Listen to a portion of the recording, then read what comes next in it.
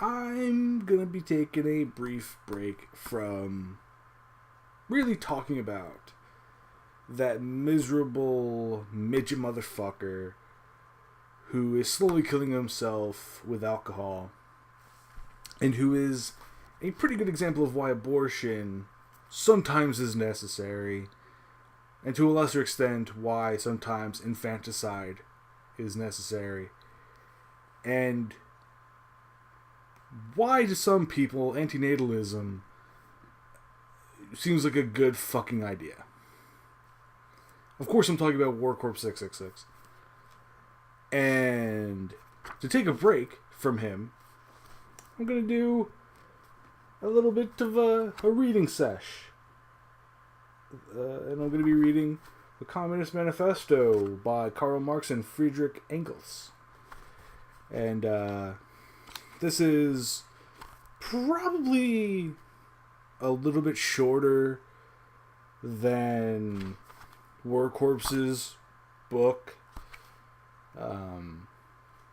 So I don't know if I'm gonna just do this in all, like just a single fucking video, or I might do a couple fucking videos. But yeah, I'm gonna be reading this shit and just talking about it at points. And I probably won't have to worry about grammatical errors because, one, this is, translated by a competent English speaker, unlike War Corps. And Karl Marx and Friedrich Engels knew how to write a fucking sentence besides that. So, Chapter 1, Roman numeral 1, Bourgeoisie and Proletarians. The history of all hitherto existing society is the history of class struggles. Freeman and slave, patrician and plebeian, lord and serf, guildmaster and journeyman, in a word, oppressor and oppressed, stood in constant opposition to one another, carried on an uninterrupted, now hidden, now open fight, a fight that each time ended either in a revolutionary reconstitution of society at large or in the common ruin of the contending classes. In the earlier epochs of history, we find almost everywhere a complicated arrangement of society into various orders, a manifold gradation of social rank. In ancient Rome, we have patricians, knights, plebeians, slaves. In the Middle Ages, feudal lords, vassals, guildmasters, journeymen, serfs. And almost all of these classes, again, subordinate gradations. The modern bourgeois society that has sprouted from the ruins of feudal society has not done away with class antagonisms. It has but established new classes, new conditions of oppression, new forms of struggle in place of the old ones.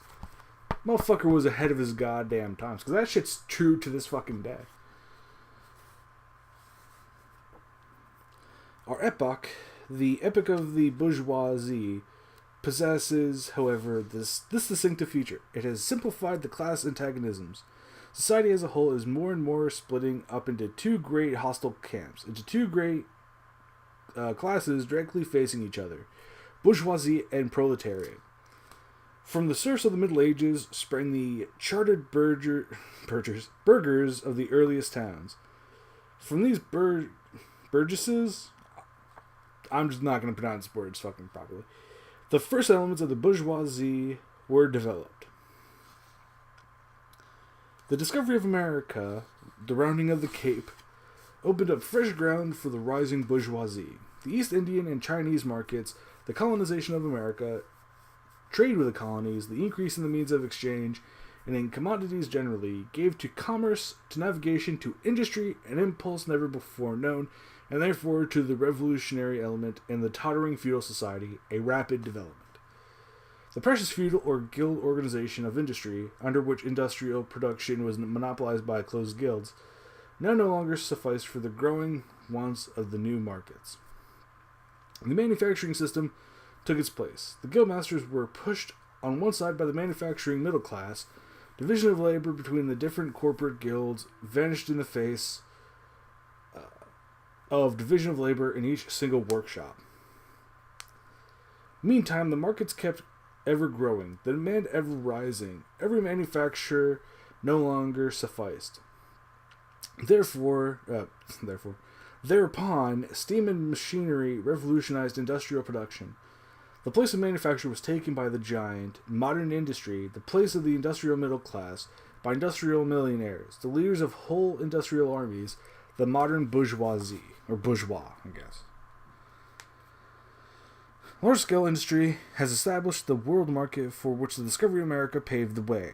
This market has given an immense development to commerce, to navigation, to communication by land.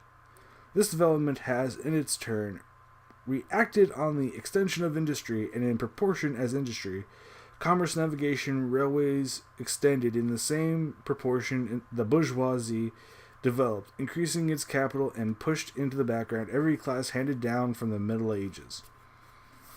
Again, still true to this day.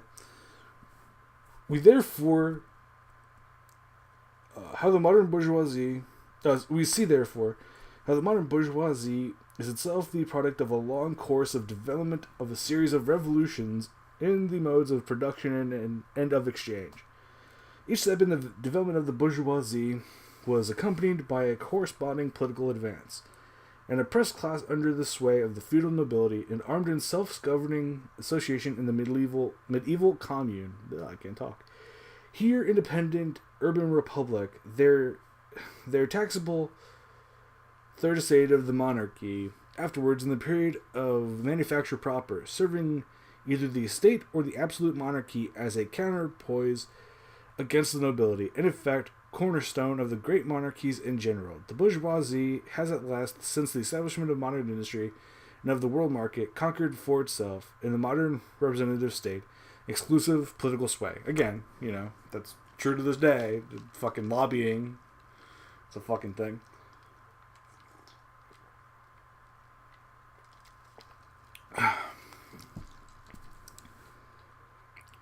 The executive of the modern state is but a committee for managing the common affairs of the whole bourgeoisie. The bourgeoisie, historically, has played a most revolutionary part. The bourgeoisie, wherever it has got the upper hand, has put an end to all feudal, patriarchal, idyllic relations. It has pitilessly torn asunder the motley feudal ties that bound man to his natural superiors, and has left remaining no other nexus between man and man than naked self-interest, than callous cash payment. It has drowned the most heavenly ecstasies of religious fervor, of chivalrous enthusiasm, of Philistine sentimentalism, in the icy water of egotistical calculation. It has resolved personal worth into exchange value, and in place of the numberless indefeasible chartered freedoms, has set up that single unconscionable freedom, free trade. How many fucking people do you hear talk about free trade all the fucking time who are in, the fucking rich middle, the upper middle class and, even the upper class? In one word for exploitation, veiled by religious and political illusions, it has substituted naked, shameless, direct, brutal exploitation. Again, still true to this fucking day, and this was written in the fucking 1800s. The bourgeoisie has stripped of its halo every occupation hitherto honored and looked up to with reverent awe. It has converted the physician, the lawyer, the priest, the poet, the man of science into its paid wage laborers. Again, that's pretty true. The bourgeoisie has torn away from the family its sentimental veil and has reduced the family relation to a mere money relation. Okay. The bourgeoisie has disclosed how it came to pass that the brutal display of vigor in the Middle Ages, which reactionists so much admire, brutal display of vigor in the Middle Ages, which reactionists so much admire, which is really funny because, again, reactionists, basically reactionaries are the fucking, Europe and the blah, blah, blah. Found its fitting complement in the most slothful indolence. It has been the first to show what man's activity can bring about. It has accomplished wonders far surpassing Egyptian pyramids, Roman aqueducts, and Gothic cathedrals. It has conducted expeditions that put in the shade all former exoduses of nations and crusades. The bourgeoisie cannot exist without constantly revolutionizing the instruments of production, and thereby the relations of production, and with them the whole relations of society. That honestly fucking sounds like, fucking Apple. Just like constantly, revolutionizing shit, whether they need to or not. Conservation of the old modes of production in unaltered form was, on the contrary, the first condition of existence for all earlier industrial classes. Constant revolutionizing of production, uninterrupted disturbance of all social conditions, everlasting uncertainty, and agitation distinguish the bourgeois epoch from all earlier ones. All fixed, fast-frozen relations, with their train of ancient and venerable prejudices and opinions, are swept away. All new-formed ones become antiquated before they can ossify. All that is solid melts into air, and all that is holy is profaned. And man is at last compelled to face with sober senses his real condition of life and his relations with his kind. The need of a constantly expanding market for its products chases the bourgeoisie over the whole surface of the globe. It must nestle everywhere, settle everywhere, establish connections everywhere. The bourgeoisie has, through its exploitation of the world market, given a cosmopolitan character to production and consumption in every country. To the great chagrin of reactionists, it has drawn from under the feet of industry the national ground on which it stood. All old established national industries have been destroyed or are daily being destroyed. They are dislodged by new industries, whose introduction becomes a life and death question for all civilized nations. By industries that no longer work up indigenous raw material, but raw material drawn from the remotest zones. Industries whose products are consumed not only at home, but in every quarter of the globe. In place of the old wants satisfied by the production of the country, we find new wants requiring for their satisfaction the products of distant lands and climes. In place of the old local and national seclusion and self-sufficiency, we have intercourse in every direction, universal interdependence of nations, as in material, so also in intellectual production. The intellectual creations of individual nations become common property. National one-sidedness and narrow-mindedness become more and more impossible, and from the numerous national and local literatures, there arises a world literature. The bourgeoisie, by the rapid improvement of all instruments of production, by the immensely facilitated means of communication, draws all, even the most barbarian, nations into civilization. The cheap prices of its commodities are the heavy artillery with which it batters down all Chinese walls, with which it forced the barbarians' intensely obstinate hatred of foreigners to capitulate. It compels all nations, on pain of extinction, to adopt the bourgeois mode of production. It compels them to introduce what it calls civilization into their midst, i.e., to become bourgeoisie themselves. In one word, it creates a world after its own image. The bourgeoisie has subjected the country to the rule of the towns. It has created enormous cities, has greatly increased the urban population as compared with the rural, and has thus rescued a considerable part of the population from the idiocy of rural life. Just as it has made the country dependent on the towns, so it has made barbarian and semi-barbarian countries dependent on the civilized ones, nations of peasants on nations of bourgeois, the East on the West.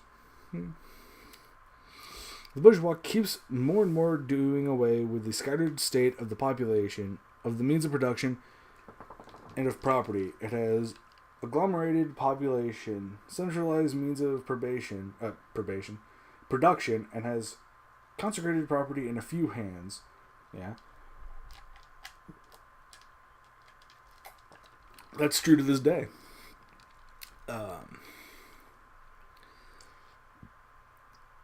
It is a agglomerated population, centralized means of production. The necessary consequence of this was political centralization. Independent or but loosely connected,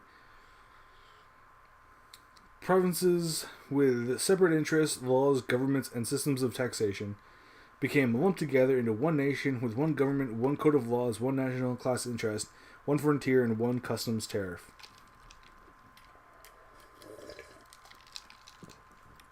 The bourgeoisie, during its role of scarce 100 years ago, has created more massive and more colossal productive forces than have all preceding generations together. Subjection of nature's forces to man, machinery, application of chemistry to industry and agriculture, steam navigation railways, electric telegraphs, clearing of whole continents for cultivation, canalization, I'm butchering that, of rivers, whole populations conjured out of the ground.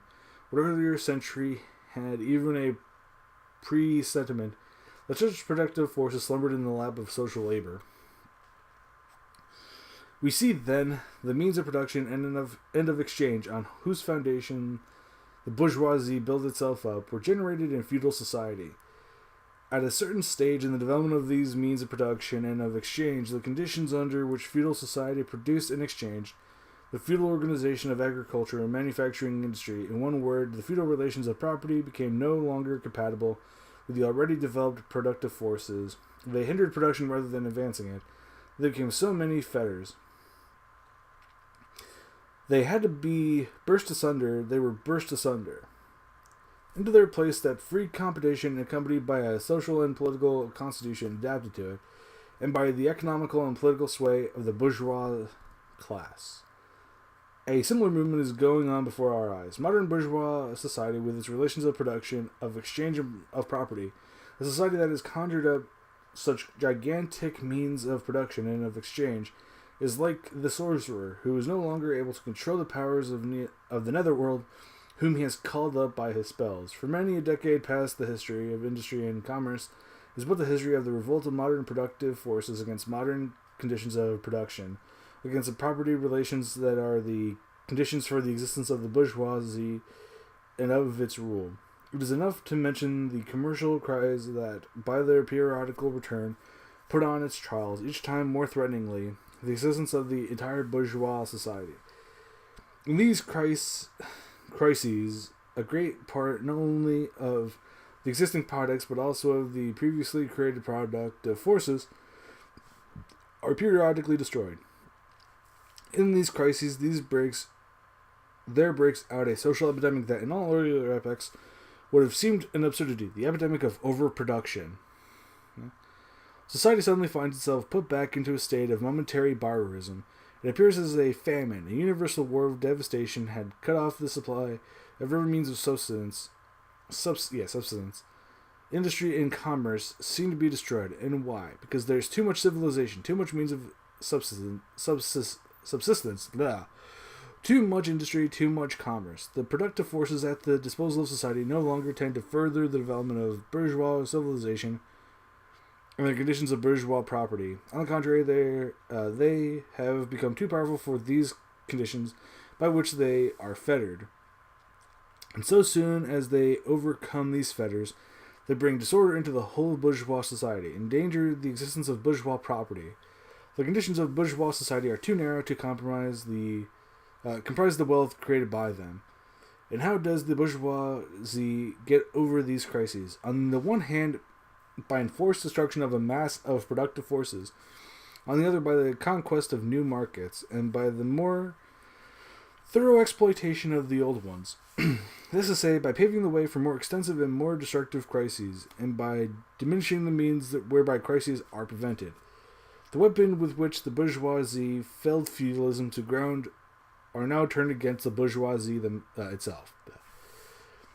But not only has the bourgeoisie forged the weapons that bring death to itself, it has also called into existence the men who are to wield those weapons, the modern workers, the proletarians. In proportion as the bourgeoisie, i.e. capital, is developed, in the same proportion is the proletariat, the modern working class, developed a class of laborers who live only so long as they find work, and who find work only so long as their labor increases capital. Still true to this day.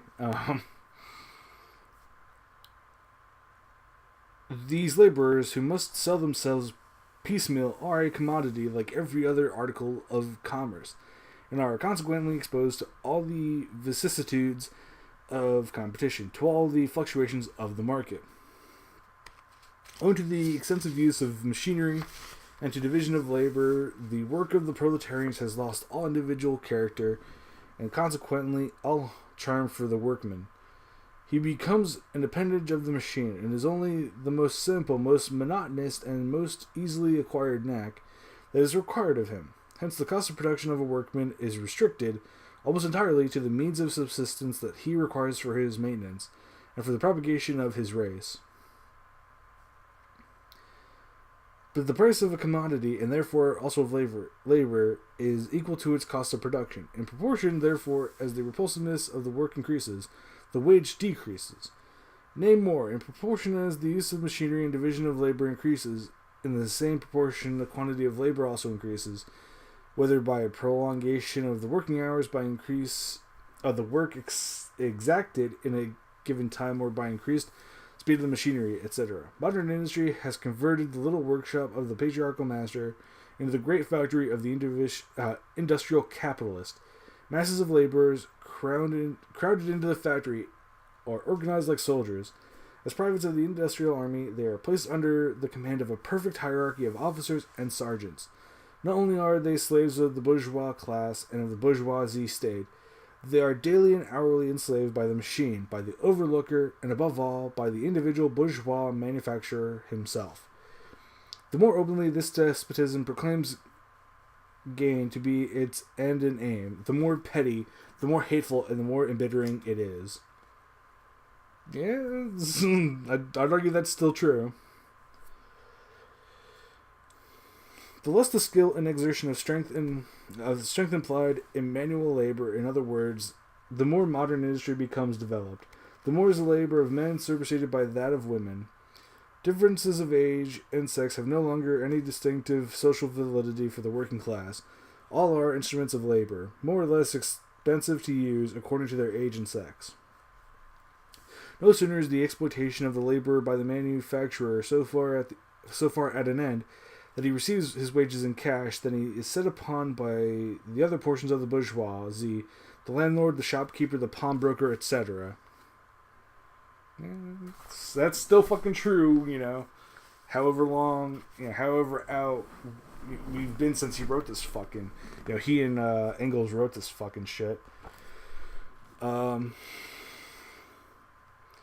former lower strata of the middle estate, the small tradespeople, shopkeepers and rentiers, the handicraftsmen and peasants, all these sink gradually into the proletariat, partly because their diminutive capital does not suffice for the scale of which modern industry is carried on, and is swamped in the competition with the large capitalists, partly because their specialized skill is rendered worthless by new methods of production.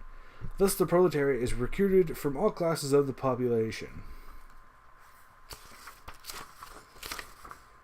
Alright, I'll finish the first chapter, because there's only like 3 more fucking pages left. The proletariat goes through various stages of development. With its birth begins its struggle with the bourgeoisie. At first, the contest is carried on by individual laborers, then by the work people of a factory, and then by the operatives of one trade.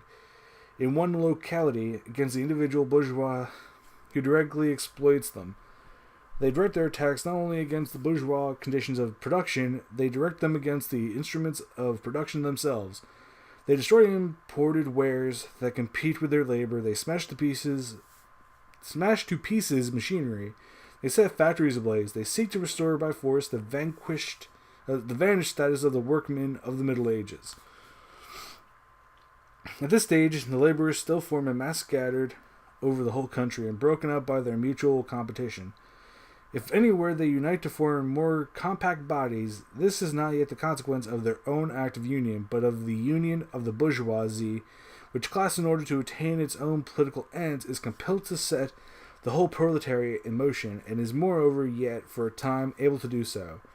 At this stage, therefore, the proletarians do not fight their enemies, but the enemies of their enemies, the remnants of absolute monarchy, the landowners, the non-industrial bourgeois, the petty bourgeoisie. Thus the whole historical movement is concentrated in the hands of the bourgeoisie. Every victory so obtained is a victory for the bourgeoisie. But with the development of industry, the proletariat not only increases in number, it becomes concentrated in greater masses. Its strength grows, and it feels like it feels that strength more. Yeah. The various interests and conditions of life within the ranks of the proletariat are more and more equalized, in proportion as machinery obliterates all distinctions of labor and nearly everywhere reduces wages to the same low level. The growing competition among the bourgeois and the resulting commercial crises make the wages of the workers ever more fluctuating. The unceasing improvement of machinery, ever more rapidly developing, makes their livelihood more and more precarious. The collisions between individual workmen and individual bourgeois take more and more the character of collisions between two classes. Thereupon the workers begin to form combinations against the bourgeois. They club together in order to keep up the rate of wages. They found permanent associations in order to make provision beforehand for these occasional revolts. Here and there the contest breaks out into riots.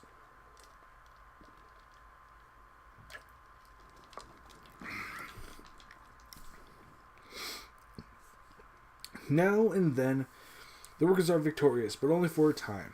The real fruit of their battles lies not in the immediate result, but in the ever-expanding union of the workers. This union is helped on by the improved means of communication that are created by modern industry, and that place the workers of different localities in contact with one another. It was just this contact that was needed to centralize the numerous local struggles, all of the same character, into one national struggle between classes. But every class struggle is a political struggle, and that union, to attain which the burghers of the Middle Ages, with their miserable highways, required centuries, the modern proletarians, thanks to railways, achieve in a few years. And so on and so forth into the modern age, I would argue. This organization of the proletarians into a class, and consequently into a political party, is continually being upset, again, by the competition between the workers themselves. But it ever rises up again, stronger, firmer, mightier. It compels legislative recognition of particular interests of the workers, by taking advantage of the divisions among the bourgeoisie itself. Thus the 10 Hours Bill in England was carried. I assume that's... I have no clue what the fuck that is. Although the collisions between the classes of the old society further in many ways the course of development of the proletariat, the bourgeoisie find itself involved in a constant battle. At first with the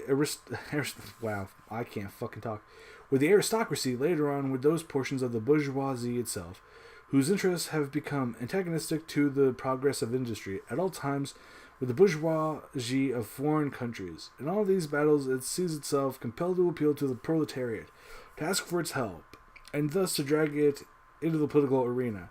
The bourgeoisie itself, therefore, supplies the proletariat with its own elements of education. In other words, it furnishes the proletariat with weapons for fighting the bourgeoisie. Further, as we have already seen, entire sections of the ruling classes are, by the advance of industry, precipitated into the proletariat, or at least threatened in their conditions of existence. These also supply the proletariat with a lot of elements of education.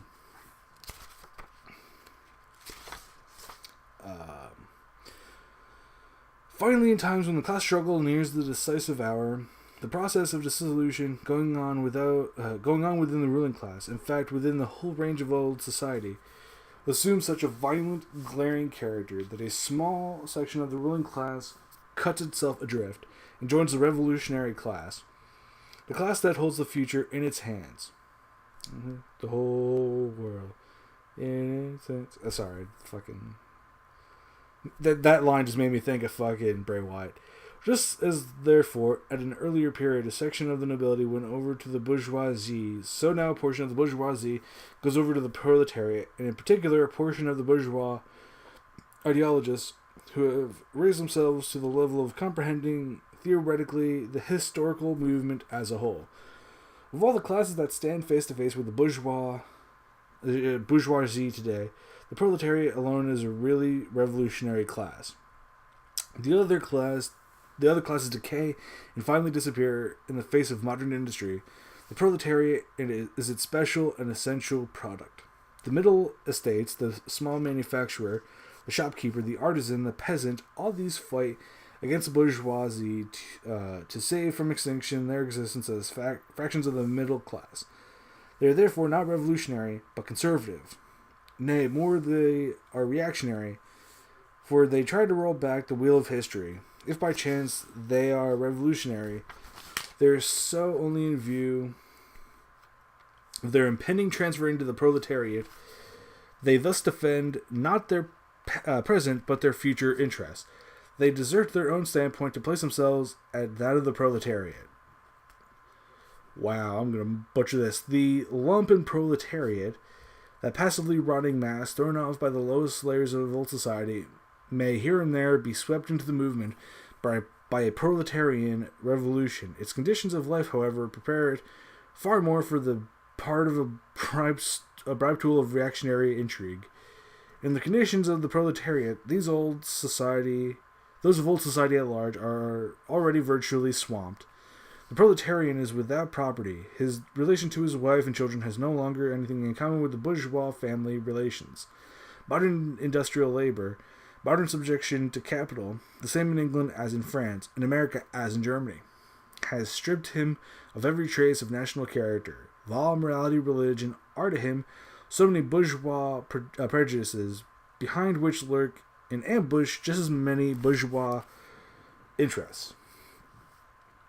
All the preceding classes that got the upper hand sought to fortify their already acquired status by subjecting society at large to their conditions of appropriation.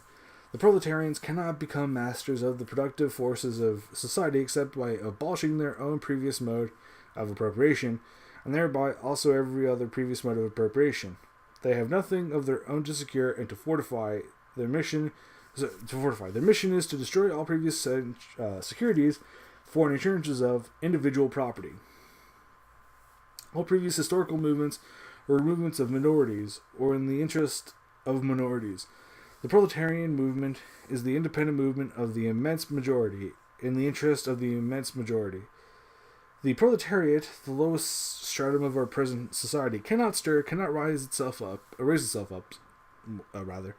without the whole superincumbent strata of official society being sprung into the air. Though not in substance, yet in form, the struggle of the proletariat with the bourgeoisie is at first a national struggle. The proletariat of each country must, of course, first of all settle matters with its own bourgeoisie. In depicting the most general phases of the development of the proletariat, we trace the more or less veiled civil war raging within existing society up to the point where that war breaks out into open revolution, and where the violent overthrow of the bourgeoisie lays the foundation for the sway of the proletariat. Hitherto, every form of society has been based, as we have already seen, on the antagonism of oppressing and oppressed classes. But in order to oppress a class, certain conditions must be assured to it under which it can, at least, continue its slavish existence. The serf, in the period of serfdom, raised himself to membership in the commune, just as the petty bourgeois, under the yoke of feudal absolutism, managed to develop into a bourgeois. The modern laborer, on the contrary, instead of rising with the progress of industry, sinks deeper and deeper below the conditions of existence of his own class. He becomes a pauper, and pauperism develops more rapidly than population and wealth. And here it becomes evident that the bourgeoisie is unfit any longer to be the ruling class in society and to impose its conditions of existence upon society as an overriding law. It is unfit to rule because it is incompetent to assure an existence to its slave within his slavery, because it cannot help letting him sink into such a state that it has to feed him instead of being fed by him. Society can no longer live under this bourgeoisie, and in other words, its existence is no longer compatible with society.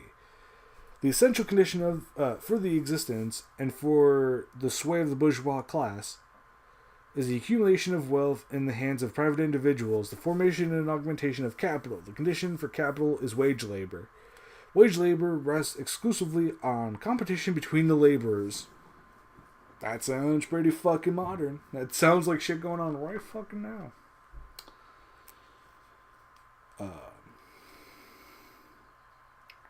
Shit. Wage labor rests exclusively on competition between the laborers. The advance of industry, whose involuntary promoter is the bourgeoisie, replaces the isolation of the laborers due to competition by the revolutionary combination due to association. Development of modern industry, therefore, cuts from under its feet the very foundation on which the bourgeoisie produces and appropriates products. What the bourgeoisie, therefore, produces, above all, is its own grave diggers. Its fall and victory of the proletariat are equally inevitable. That's the first chapter, I guess. The first 16 pages of the Communist Manifesto. Next video I'll read... I'll read the second chapter. No. Let's see. I'll probably read like the second and third chapters all in one because they seem relatively short compared to the first chapter, but let me get a fucking there. Talk to everybody. Have a wonderful fucking day. And I hope you love listening to my dulcet tones. Ta-ta.